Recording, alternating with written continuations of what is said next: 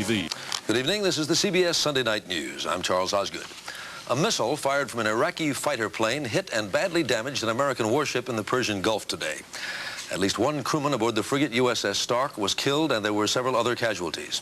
Washington is saying it is a most serious incident, even though it's believed the attack may have been inadvertent. From the Pentagon, CBS News correspondent David Martin reports. The ship, at last report, was dead in the water, and the entire crew is being taken off. There have been serious casualties. That was the scene tonight in the Persian Gulf, where the U.S. Navy frigate Stark has been struck by a missile fired by an Iraqi warplane. They're still fighting one residual fire, and their status of their entire crew is not known at this time. Over. That was an on-scene report, a radio transmission from one of the ships coming to the Stark's rescue. The Stark was struck by an Exocet missile, which can turn a ship into an inferno. The attack occurred in darkness, and Pentagon officials believe the Iraqi jet mistook the Stark for a ship bound to or from arch-enemy Iran. The two Iraqi aircraft appeared to be on a routine aerial patrol, and there was no reason to presume that they'd fire on us, and we still do not have any reason to believe that this was an intentional act on their part, premeditated. However, we want to find out, and we've asked them. Inadvertent or not, it looked for a while as if the crew would have to abandon ship. We think the ship, which was severely damaged, has righted itself and is under positive control now. The Stark had tracked two Iraqi jets on its radar, but the attack came as a total surprise with no time to man the ship's defenses. It is daybreak now in the Persian Gulf, and with the coming of the sun, the Pentagon should get a better idea of just how much damage was done by this bolt out of the black of night. David Martin, CBS News, the Pentagon. Only last night, a Soviet tanker was damaged by a mine there in the Persian Gulf. So that war between Iran and Iraq, which has been going on now for nearly 7 years, is a threat not only to the countries involved, but to the peace of the world. CBS News correspondent Bill McLaughlin at the State Department reports on that long and dangerous conflict. Secretary of State George Shultz brought somber news tonight to a meeting of American Jewish leaders, making it clear that the United States was furious over the attack on its ship. The United States regards this attack with grave seriousness. The President was informed at once, of course. We have called in the Iraqi ambassador here in Washington and issued the strongest protest and demanded a full accounting. Our ambassador in Baghdad has been instructed to deliver our protest there. Shultz went on to say that the attack was a dramatic example of just how dangerous the 6.5-year-long Iran-Iraq war is for the rest of the world. Shows how easily it escalates, and it underlines once more the seriousness of the tensions that exist in the Middle East and the importance of trying to do something about them. The Soviet Union also had trouble in the Persian Gulf this weekend. Saturday, a Soviet oil tanker hit a mine, blowing a large hole in its hull. There were no casualties. Both the U.S. and the Soviet Union recently increased their stake in the Gulf by agreeing to work out ways to protect Kuwaiti oil tankers from threatened Iranian attacks. But sources say if Iran and Iraq turn the Gulf into a shooting gallery, both Washington and Moscow will have their hands full just protecting their own oil tankers from attack. Bill McLaughlin, CBS News, Washington. The Iran-Iraq war is only one of the potentially catastrophic fires burning in the Middle East. Israel's Foreign Minister Peres, who has torn his country's coalition government apart with his calls for an international peace conference on the Middle East, said today in Washington that the Soviet Union should only get to take part in such a conference if it first recognizes and makes peace with Israel. Coming up tonight, we'll meet the man who actually gave the cash to the Contras in Deborah Potter's tale of TC. So I talked with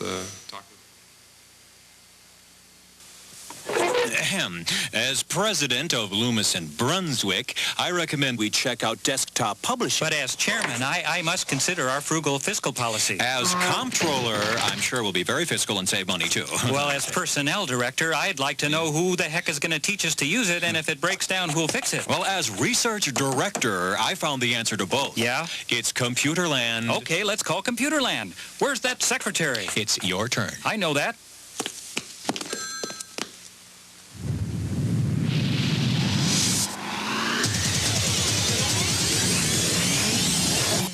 If you got an itch, scratch it.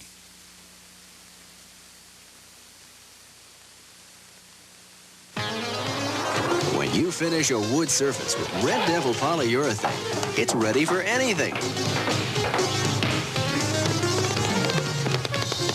Now a $3 rebate at participating Red Devil retailers. In Houston tonight, a city bus collided with a freight train. At least a dozen people on the bus, including the driver, were injured. None critically. The police say the bus driver had tried to cross the tracks despite warning signals. They say he will be charged in the accident.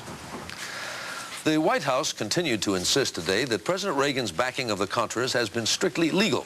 Jacqueline Adams has the latest. Happens to be the president and his men are sticking with a controversial defense. Yes, they say, the president urged support for Nicaragua's Contra rebels even when Congress banned such aid. But no, he broke no laws.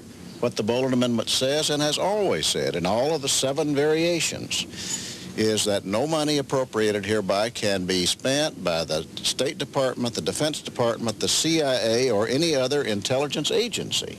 The president is none of those. One constitutional law expert, however, disagrees.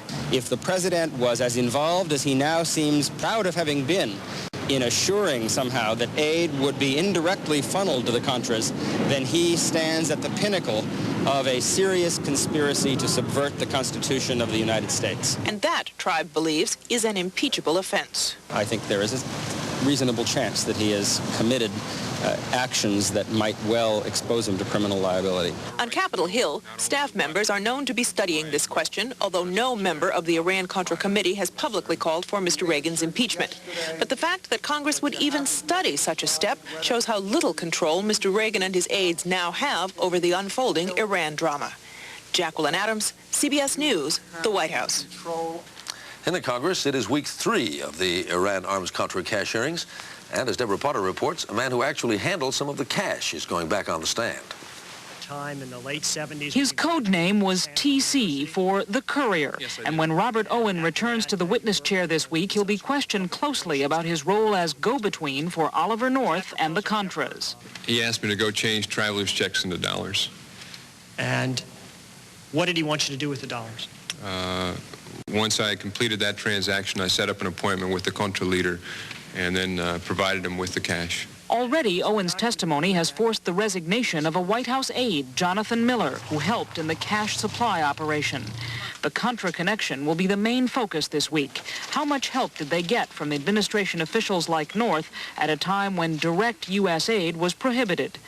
Contra leader Adolfo Calero will be called to explain his contacts with the White House and the private supply network arranged by North.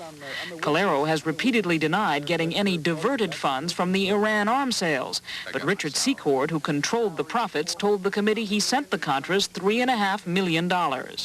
For the next few weeks, the committee will be hearing from bit players in the Iran-Contra drama who will be adding small details to a complicated puzzle. And investigators say it will be weeks before that puzzle becomes a clear picture. Deborah Potter, CBS News on Capitol Hill. Gunnar Myrdal, the Nobel Prize-winning Swedish economist and sociologist, died today. He was 88. Myrdal's landmark book, An American Dilemma, helped to bring down the so-called separate but equal racial policy in the United States. A court hearing in New York tomorrow may decide what finally becomes of that barge load of garbage in search of a home. 8 weeks after it left the city, the barge is back, anchored off the coast. But a judge will have to decide whether to lift a court order that's preventing the boat from docking. The results are in from the World Series of bird watching held in New Jersey.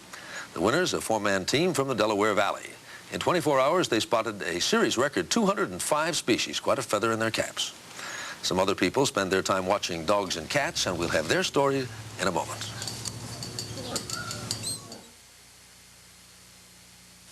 Boy, there is nothing better than a vacation to recharge the old batteries.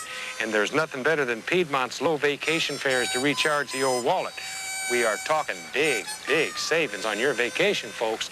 And you better jump on these low fares before the fish start jumping. Because I'll tell you the truth, with fares this low, I can't believe that more people aren't taking advantage of them.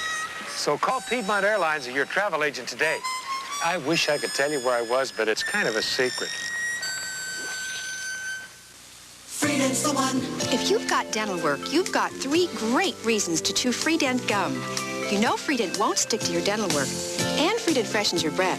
But maybe you didn't know Freedent moistens your mouth. So if you hate a dry mouth like I do, chew Freedent. Freedent's the one that took the stick out of gum, and Freedent moistens your mouth. Yeah, moistens your mouth and freshens your breath while you chew. Non-stick Freedent moistens your mouth and freshens your breath. We're coming into the busy season at dog pounds and animal shelters. The ASPCA says between 10 and 15 million cats and dogs are abandoned every year in this country. That doesn't say as much about animals as it does about people. It's sad the way some of us treat our pets.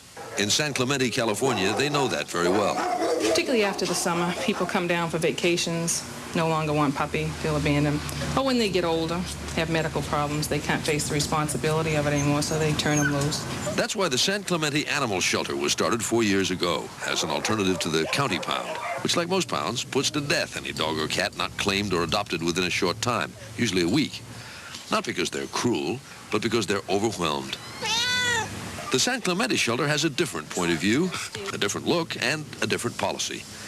Only as a last resort is any animal killed, and then only if it's hopelessly vicious or ill. That means some animals are here for quite a while. We've had animals here for several months before just the right owner came in and adopted. Here, 100 volunteers work with the animals. Volunteer vets give medical attention, and other volunteers keep them company, bathe and groom them, and take them for walks 3 times a day.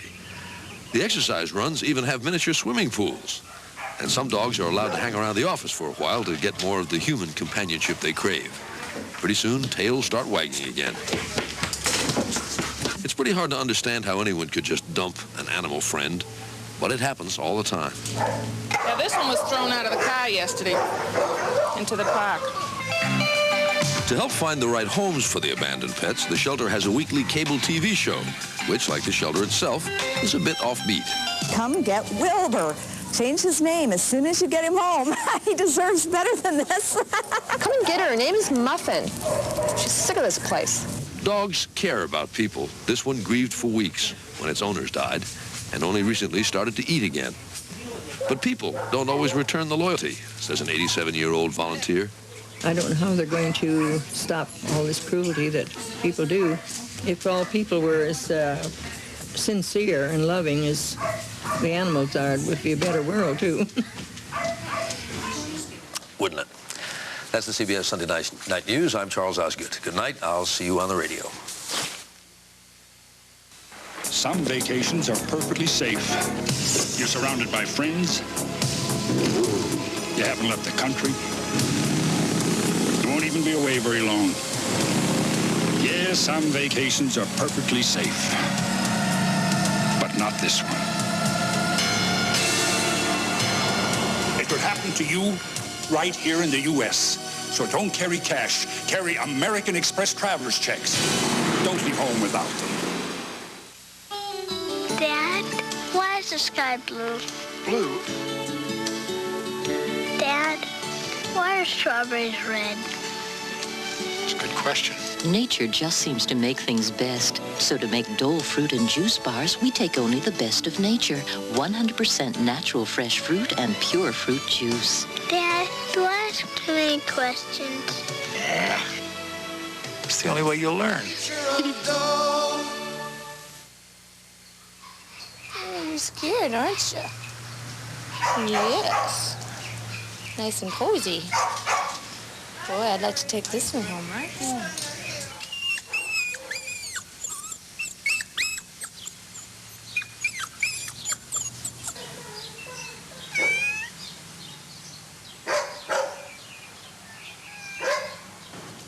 Hooray for Hollywood. Legendary